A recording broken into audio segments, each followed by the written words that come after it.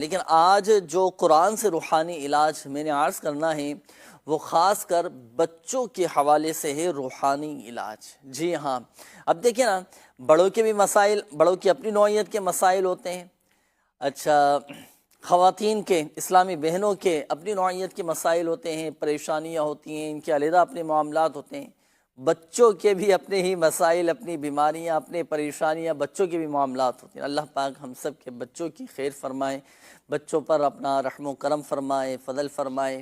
اللہ پاک ہمارے بچوں کو بھی عافیت اور سلامتی نصیب فرمائے۔ آج بچوں کا روحانی علاج انشاءاللہ الکریم میں عرض کروں گا۔ یوں سمجھیے ناظرین، بچوں کے چاہے نظر بد ہو یا جو بھی مسئلے مسائل ہوں بچوں کے نا، یعنی ہر قسم کے شر سے بچنے کے لیے بچوں کے لیے ایک خاص روحانی علاج میں عرض کرنے لگا۔ اگر بچے بیمار ہو جاتے ہوں، نظر بد لگ جاتی ہو، بچے پڑھائی میں دلچسپی نہ لیتے ہوں، بچے ذہنی کمزوری کا شکار ہوں، آنکھوں کی کمزوری ہو، جسمانی طور پر بچے کمزور ہوں، بچے روتے ہوں، بلا وجہ بچے پریشان کرتے ہوں، بچے بری صحبت میں پڑ گئے ہوں یا کسی برے دوستوں کی صحبت میں پڑ چکے ہوں، یا اللہ نہ کرے کسی بھی حوالے سے بچوں کے کوئی بھی معاملات ہوں، آج ایسا وظیفہ میں عرض کرنے لگا ہوں۔ اگر بالخصوص والدین چاہے تو یہ وظیفہ نوٹ کر لیں اور یہ وظیفہ پڑھ کر اپنے بچوں پر دم کریں۔ بچوں کی جو بھی معاملات ہیں، جو بھی مسائل ہیں، الحمدللہ عز و جل وہ بھی حل ہوتے چلے جائیں گے۔ یوں سمجھیے کہ نظر بد اور ہر قسم کے شر سے بچوں کو محفوظ رکھنے کے لیے اس وظیفے کو پڑھا جا سکتا ہے۔ وہ وظیفہ کیا ہے انشاءاللہ الکریم؟ وہ وظیفہ ناظرین آج میں انشاءاللہ الکریم عرض کرتا ہوں، نوٹ کیجئے گا۔ دیکھیں 4 صورتیں نوٹ کر لیں آپ، اور مختصر سا یہ وظیفہ ہے، بمشکل 3 سے 4 منٹ میں آپ یہ وظیفہ مکمل کر سکتے ہیں اگر صحیح تلفظ اور بالکل آرام سے احتیاط کے ساتھ اس وظیفے کو کیا جائے۔ 3 سے 4 منٹ کا وظیفہ ہے۔ وہ کیا؟ صبح کے وقت اور شام کے وقت آپ نے سورۃ الفاتحہ، قرآن پاک کی سب سے پہلی صورت، اور آخری تینوں قل، سورہ اخلاص، سورۃ الفلق اور سورۃ الناس، یہ کل 4 صورتیں ہو گئیں۔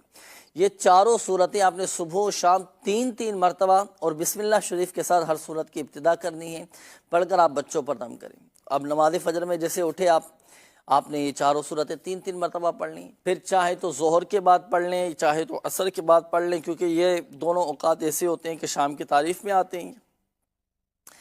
اب صورتوں کے نام میں دوبارہ عرض کر دیتا ہوں، یہ نوٹ کیجئے گا۔ صبح و شام 3 مرتبہ یہ اول اور آخر 3 بار درود پاک کے ساتھ پڑھ کر بچوں پر دم کرنا ہے۔ سورہ فاتحہ، جسے سورۃ الشفا بھی کہا جاتا ہے، اس کا ایک نام سورہ شافیہ بھی ہے، صحیح؟ سورہ فاتحہ ہو گئی، اور آخری تینوں قل، سورہ اخلاص، سورۃ الفلق اور سورۃ الناس، یہ کل 4 صورتیں ہیں۔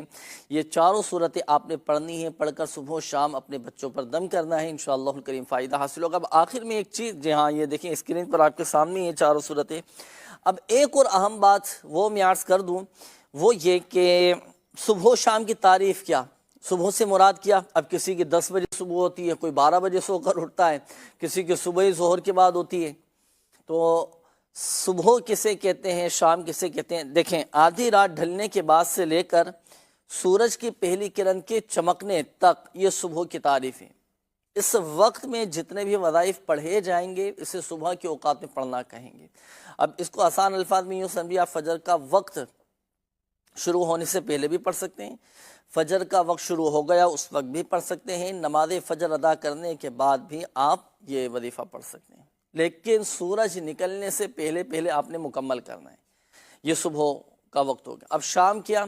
ابتدائی وقت ظہر سے لے کر، یعنی جیسے ہی ظہر کا وقت شروع ہوا اس وقت سے لے کر غروب آفتاب سے پہلے تک آپ نے یہ وظائف پڑھنے۔ اب اس پورے اوقات میں جو بھی وظیفہ پڑھیں گے اسے شام میں پڑھنا کہیں گے۔ اب اس کو آسان الفاظ میں یوں سمجھیے کہ اب ظہر کے بعد بھی آپ پڑھ سکتے ہیں، عصر کے بعد بھی آپ پڑھ سکتے ہیں، لیکن غروب آفتاب سے پہلے پڑھنا ہے۔ یہ پڑھیں انشاءاللہ الکریم، بچوں کے بہت سارے مسائل، بہت سارے الحمدللہ عز و جل بیماریاں